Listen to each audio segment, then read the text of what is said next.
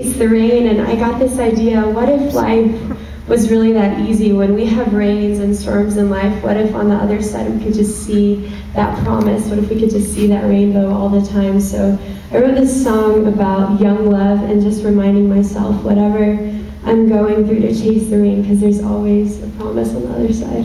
Awesome. We all give it up for Rachel. Woo!